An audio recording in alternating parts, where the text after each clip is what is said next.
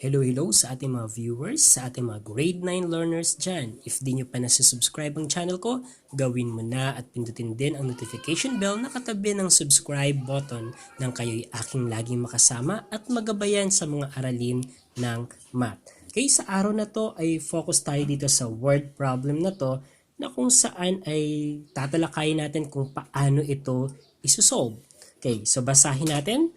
The lengths of the sides of a triangle are 11 centimeters, 15 centimeters, and 9 centimeters. What kind of triangle is it based on its angle? So pag based on its angle, ang pagpipilian natin ay ito ba ay right triangle, ito ba ay acute triangle, ito ba ay obtuse triangle, or equiangular triangle, but equiangular triangle is under acute triangle. So tatlo lang ang pagpipilian natin: acute triangle, right triangle, or obtuse triangle.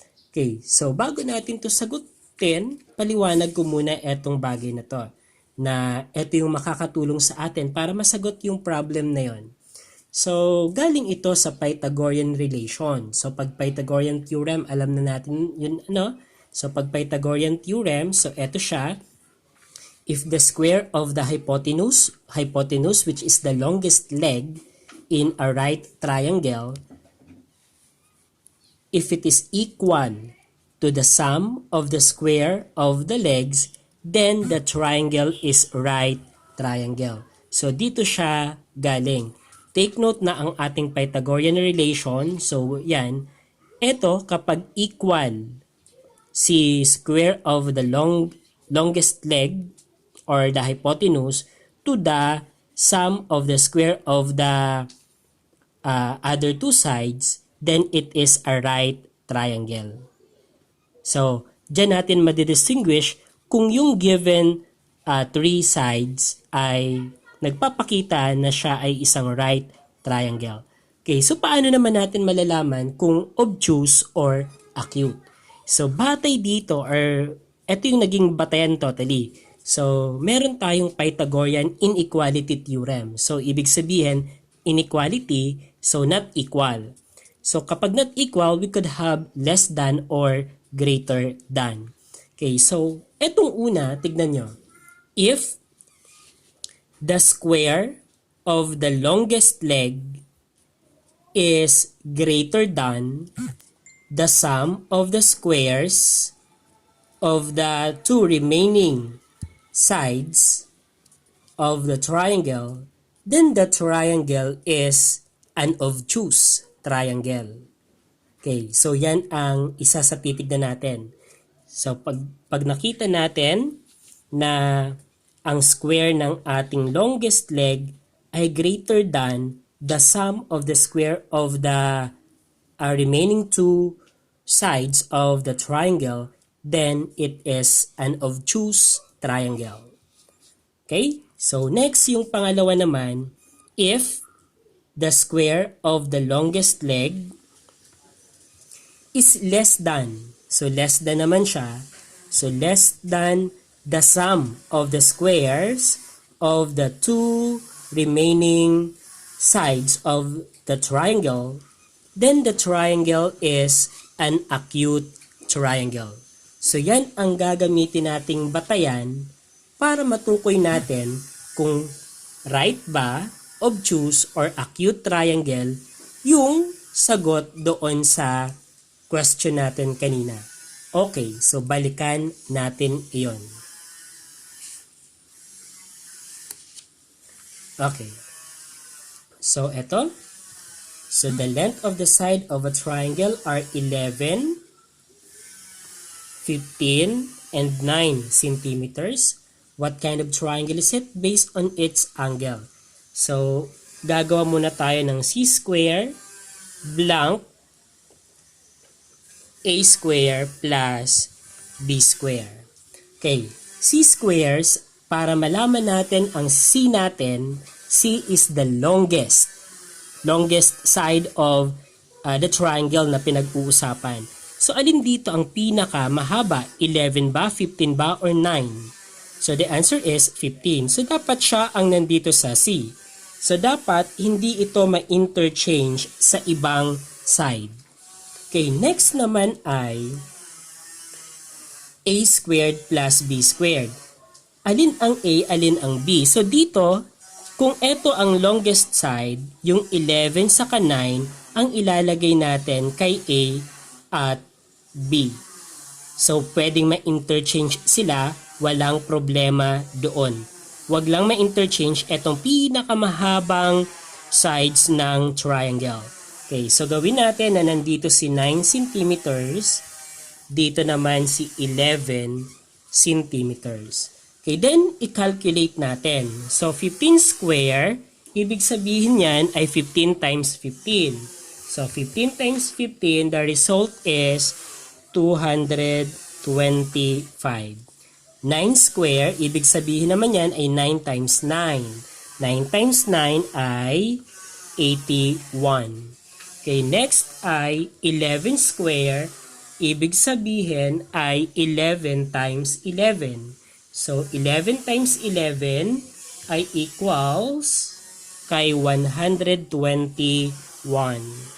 Okay, and then, so copy natin to. Okay, 225. And then, ito ay i-add na natin. So, 81 plus 121. Okay, so the result is 202. Okay, and then, dito sa last part na to, i-compare natin. So, ano bang ilalagay natin dyan?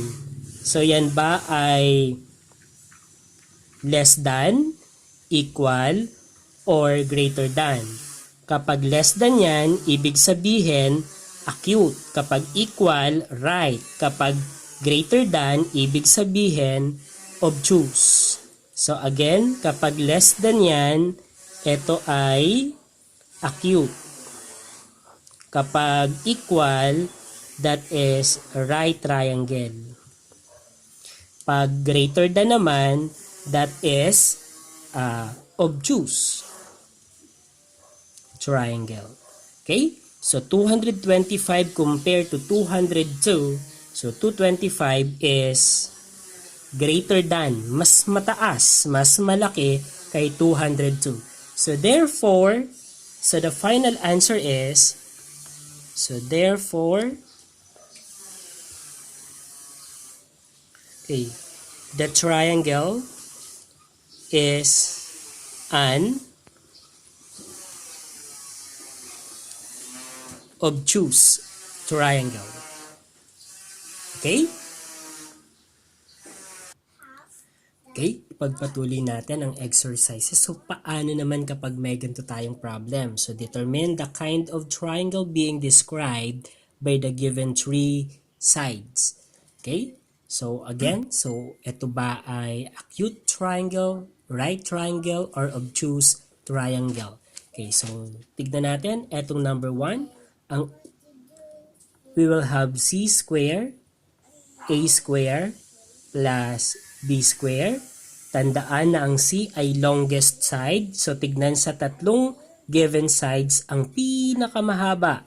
So, dito ang pinakamahaba ay 9. So, dito ang 9. So, we have 9 square.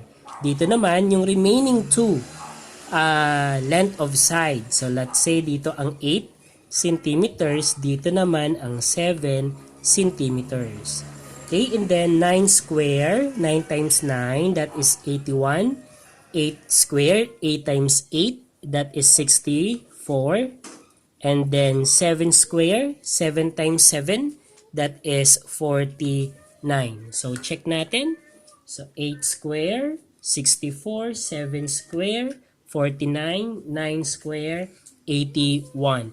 And then, i-add natin etong 64 saka 49. 64 plus 49, the result is 113. Samantalang ito ay 81. And then, ilalagay na natin. So, yan ba ay less than, equal, or greater than? So, the result is 81, that is less than 113. Since 81 is less than 113, our conclusion is the triangle being described by the given three sides is an acute. Okay, mali na yung spelling ko. So that is an acute triangle.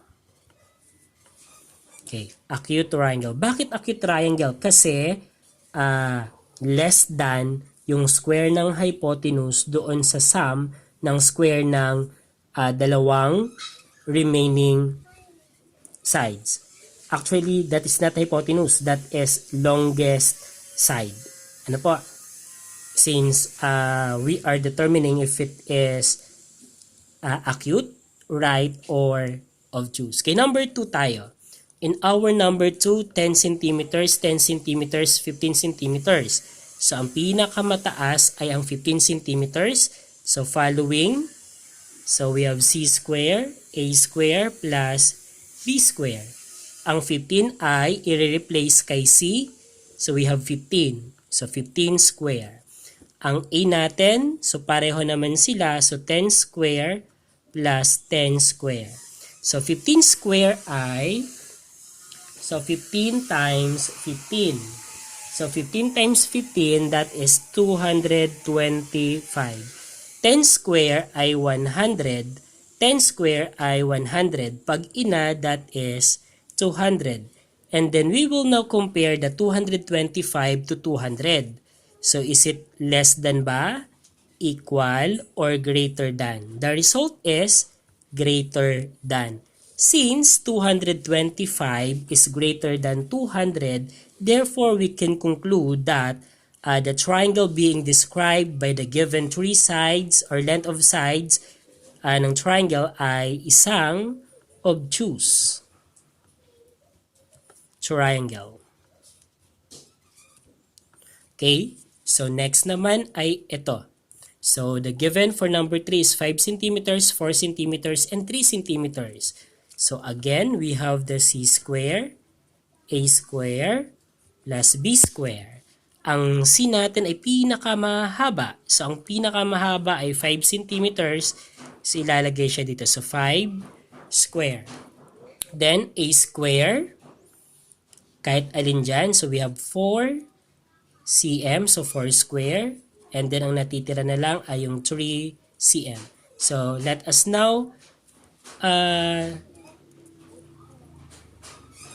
get the value of this. So, 5 square, 5 times 5, 25. 4 square, that is 4 times 4, 16. 3 square, that is 3 times 3, 9. Then, add 16 plus 9, that is 25.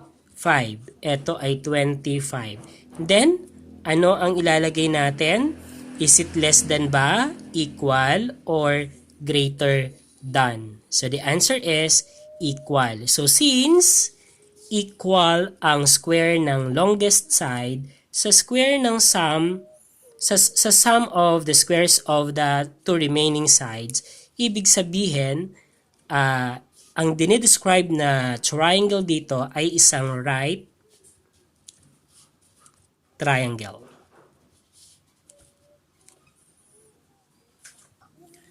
Okay, so last problem tayo. A triangle has lengths of sides 19 centimeters and 15 centimeters. If the remaining side is the longest, what is the smallest integer value it can take that would still keep the triangle acute? So, may given tayo dalawang length of sides ng triangle. Kapag triangle, dapat ay tatlo. Pero sinabi naman dito sa pangalawang statement na yung remaining side daw is the longest. So, hindi natin alam kung ano yung value ng pinaka mahabang sides na yon. So, what is the smallest integer value it can take that would still keep the triangle acute? So, acute daw itong triangle natin. So, from that, gagawa tayo ng c square since acute Ibig sabihin ay less than dapat. And then we have a square plus b square. Ang c square natin ay hindi natin alam. Yun pa lang ang aalamin natin. So, i-replace natin kay a ang kahit na alinman sa dalawa. So, we have, let's say, 19 square. And then, kay b naman ay yung 15. Okay. Next ay isosolve na natin. So, c square is less than, so 19 square, that is 19 times 19, the result is 361. And then, ang 15 naman, 15 square, the result is 225. Add yan.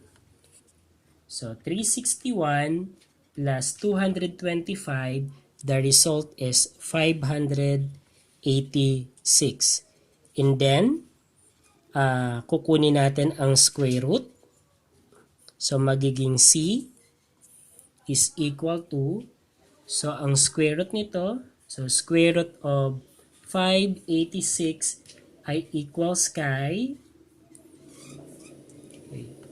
24.2. Ayan. Okay, kaso, ang tinatanong dito ay what is the smallest integer value it can take that would still keep the triangle acute. Okay, the smallest daw. So, dito, 24.2. So, less than this, kasi dapat itong c ay less than 24.2. Ang unang integer, pag sinabi natin integer, ay dapat sakto. Wala siyang decimal point. So, ang pinaka malapit na maliit kay 24.2, which is less than 24.2, ay 24. So, ang c natin ay 24.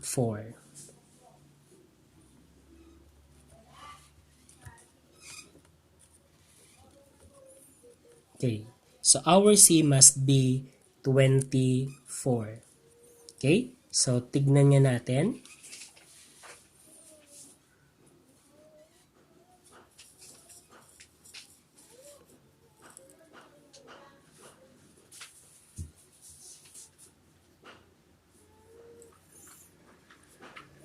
Okay.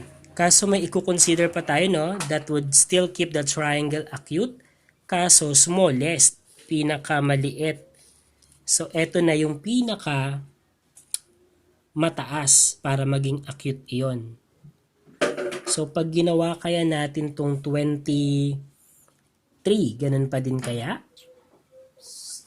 Ba? So, itry natin. Kasi pwede tayong mag-23, 22, 21.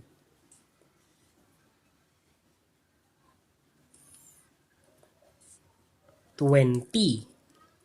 'Di ba? Hindi na pwedeng maging 19 kasi longer than 19 eh. Longer than 19 dapat tayo. So, tignan natin ito. So, kung titignan natin,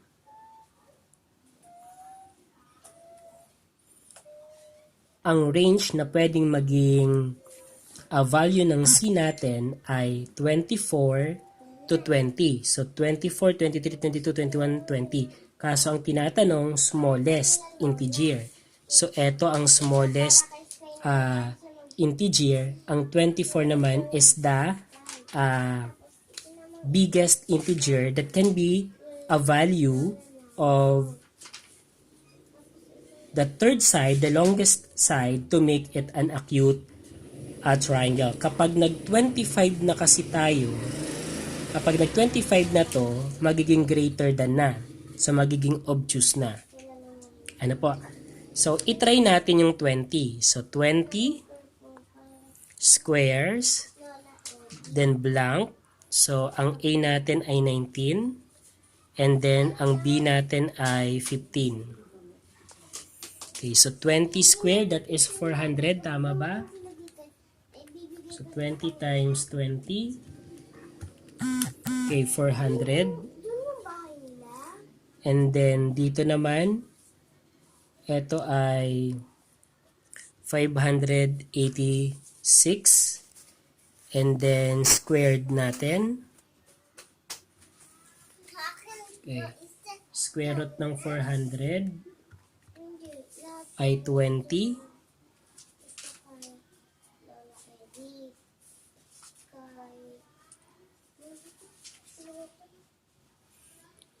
Okay, so actually dito pala na ipakita na, no, kasi 400 and then 586, this is less than 586. 'Di ba?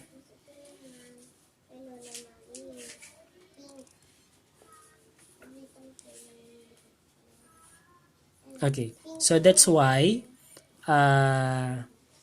we could have 20 as the answer. So the final answer, natin, if smallest integer ang tinatanong, but it is the longest, no?